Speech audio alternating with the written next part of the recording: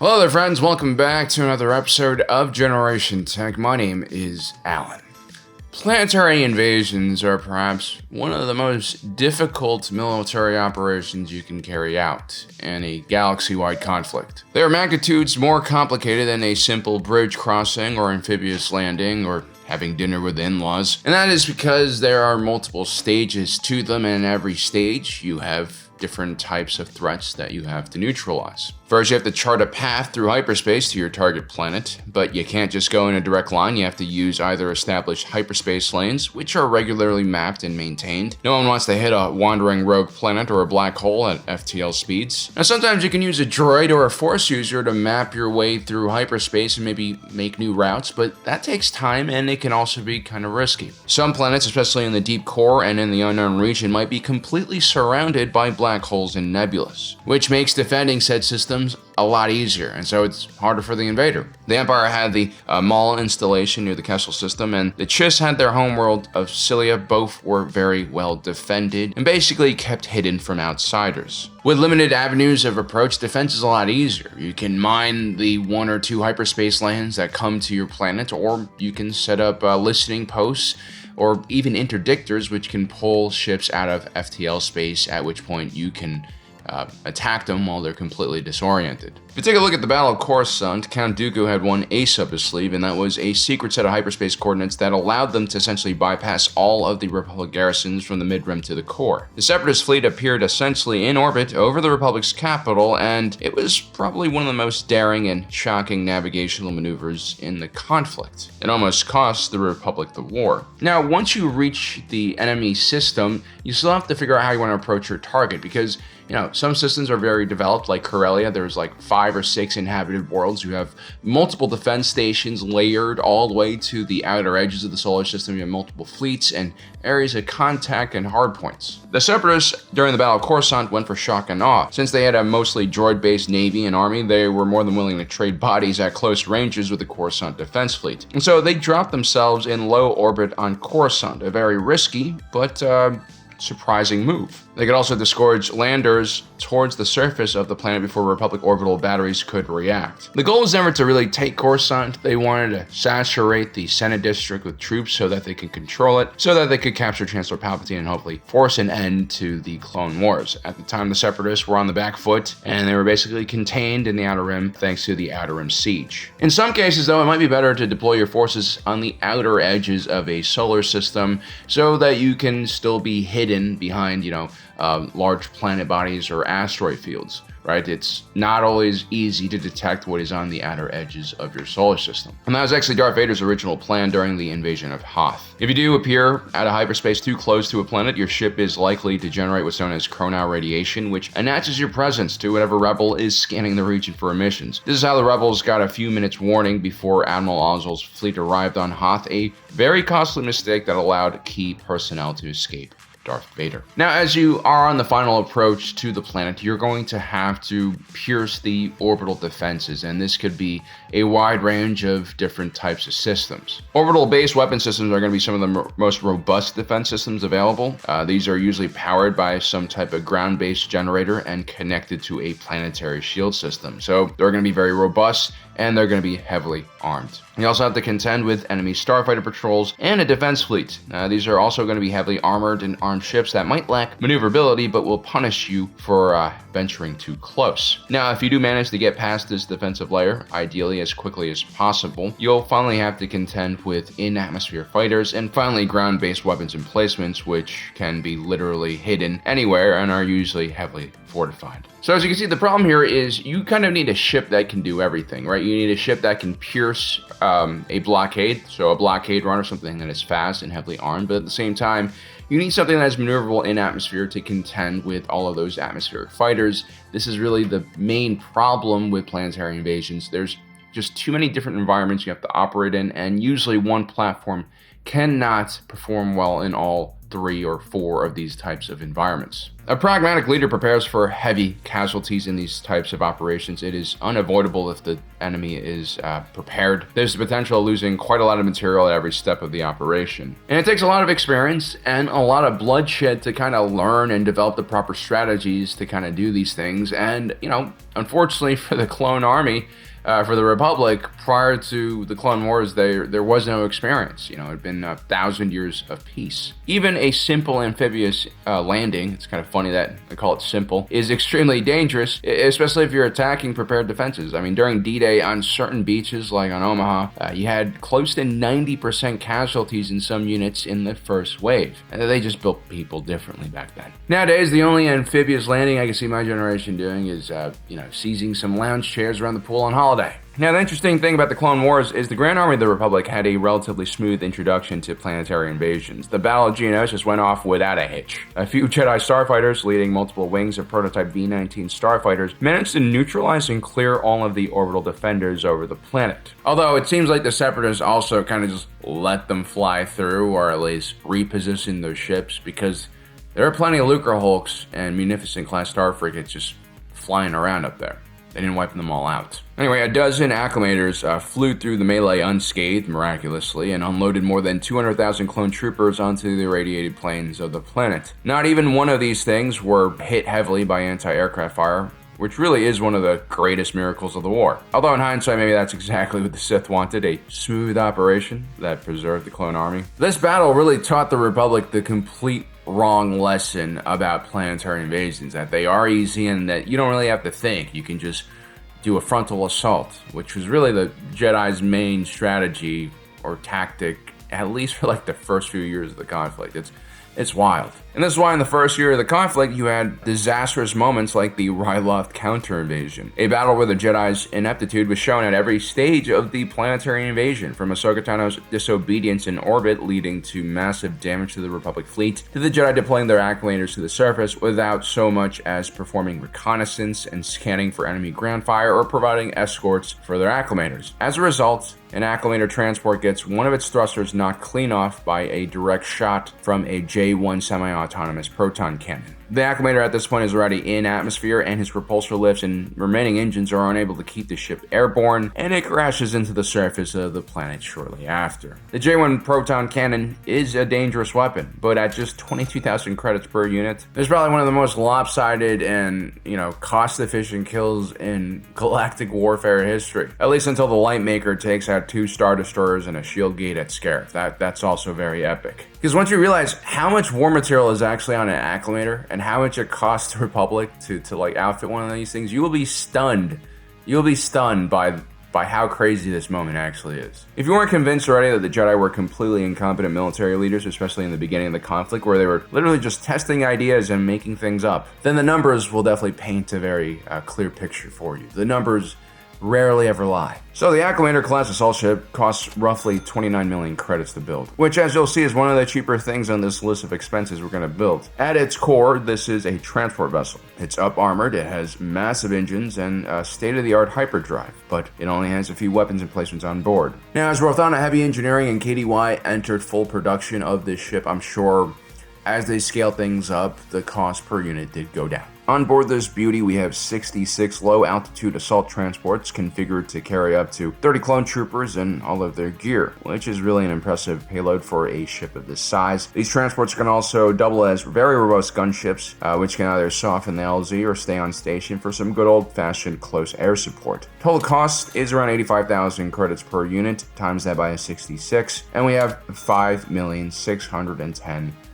credits in total. Then you have an additional 14 low-altitude assault transport carrier variants. These are heavy lift versions of the standard gunship. They can carry up to 40 tons, which basically covers a good portion of the entire clone army vehicle pool, including most of the walkers and vehicles the clones deploy into combat with. These specialized gunships cost around 175,000 credits per unit, times 14. That's a total of 2,450,000 credits. These LIATs were strictly built for transport. They didn't really have too many weapons on them. They had some light lasers. They weren't really gunships. But they could carry the all-terrain tactical enforcer to basically anywhere on the battlefield. These walkers are sort of like the infantry fighting vehicles for the mechanized portion of a clone legion. It's part command center, part transport, and even a home on longer operations. Plus, it provides great fire support with its main mass driver cannon and multiple anti-personnel laser cannons. These walkers can hold up to 20 troopers along with 7 crew, a pilot, spotter, and 5 gunners. The ATTE costs around 100,000 credits per unit. At 48 units, that's a total cost of 4,800,000 credits. Next up, we have the Bark Speeder, a favorite amongst clone recon units who treasure speed above all else. These repulsor bikes cost just around 9,500 credits per unit, times that by 320 units, and you have 3,040,000 credits. Lastly, we have the new class attack shuttle for special forces and away missions. That costs around 85,000 credits for one. Rounding out the vehicle pool is the self-propelled heavy artillery.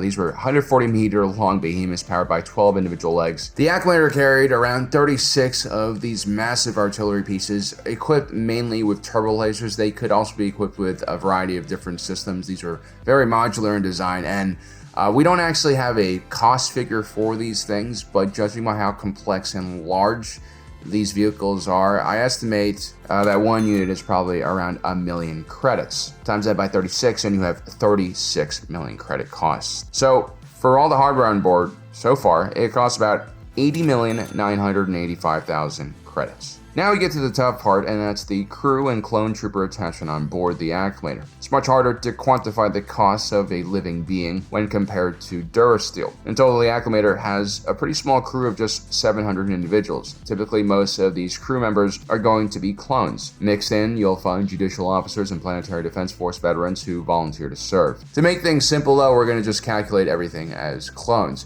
There also is a contingent of 16,000 clone troopers on board as well. According to the Star Wars Essential Guide to Warfare, the base cost of growing and engineering a clone on Kamino is roughly 100,000 credits. This includes DNA processing, growth acceleration, and genetic conditioning. Now, the price per unit does fluctuate. I'm pretty sure once they spend all that money on research and development, once you have the second, third, and fourth batches of clones, you do decrease the R&D cost significantly per unit because it's spread out. But at the same time, ever since Jango Fett died, there's been significant DNA degradation. And so it probably requires additional work, cleaning up the DNA, fixing damage, to create all the embryos which the clones are grown from. So that probably offsets the cost somewhat. Now, these clones have been raised, fed, clothed, and sheltered for about 9 years before they were combat capable, and I can't stress how crazy this is. Usually, military forces train troops for a few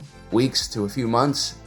No military takes care of their people for 9 years, and this is why the clone army is probably one of the most, expensive armies ever built in galactic history. No one even gets close to this. Even with extremely efficient facilities and wholesale purchase of food and standardized mass production of clothing, there's still a lot of cost. I would say at a minimum 10,000 credits per year for housing, food, and clothing and all the basic things. And then let's say another 10,000 credits to pay Kaminoan staff, maintenance crew, teachers. You also have the Kovoldar and other mercenary hires who provide extra training. Then you have another 20,000 credits a year in weapons, ammunitions, and other types of equipment for hands-on training and physical activity. Now, obviously, if you're a pilot or if you're in special forces, you have additional training, which is going to add even more cost. Although with flash training and huge realistic simulation rooms, that does decrease the cost significantly. But for the basic clone who will go to serve in the Acclamator as either, bridge crew or maintenance personnel or as a clone trooper, so the total cost per year to raise a clone trooper is around 40,000 credits. You times that by 9 and you get a figure of 360,000 credits. Then you add the 100,000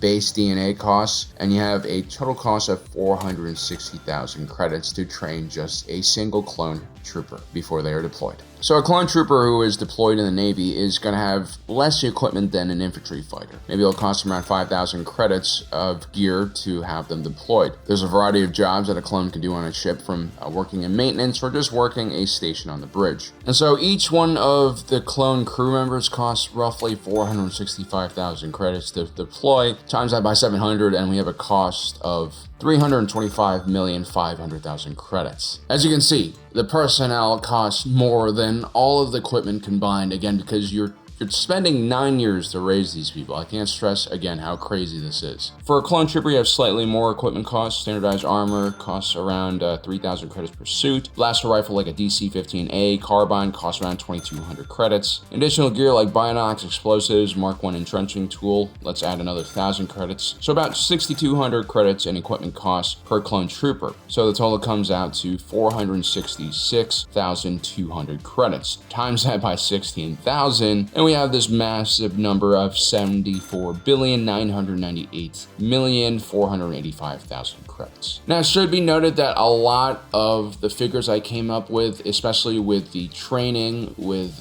living costs for the clones, are kind of estimates. Like, some of the numbers aren't estimates, like the base DNA costs, the weapons costs, these kind of things, the armor costs, those are kind of baked in already. Should be mentioned that in 2017, we made a video about the cost of the galactic credit. Using a menu found in Dex's Diner of all places, we were able to compare the cost of basic food commodities in Star Wars to our own, and we found the value of a galactic credit. It was at the time almost 1-to-1 with the US dollar. Now we have to add a little bit of inflation. $1 in 2017 is about like $1.32 today.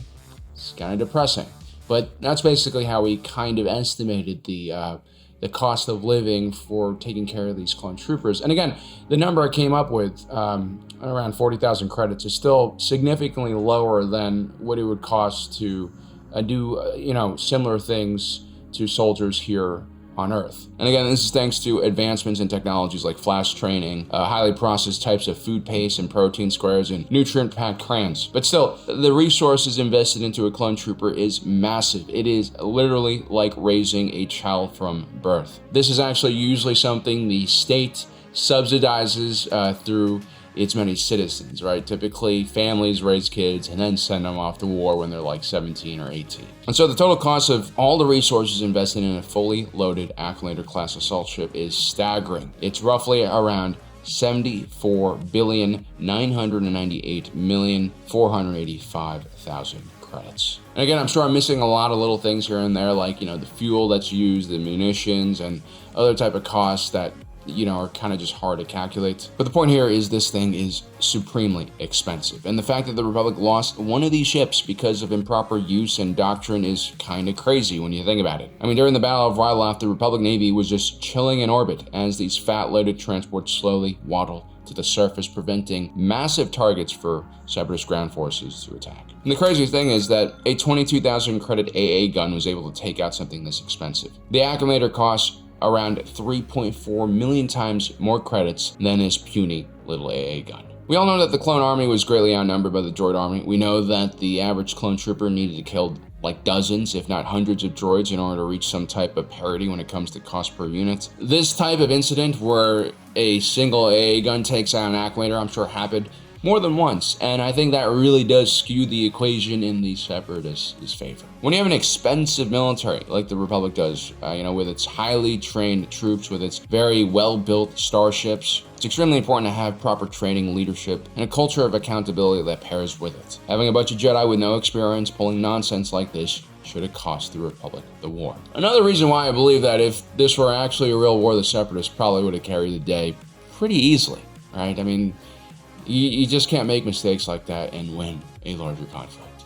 Anyway, guys, I hope you enjoyed today's video. Don't forget to subscribe and hit that notification button down below so you don't miss out on the rest of our awesome content. As usual, my name is Alan, reminding you that my allegiance is to the Republic, to democracy. I'll see you next time.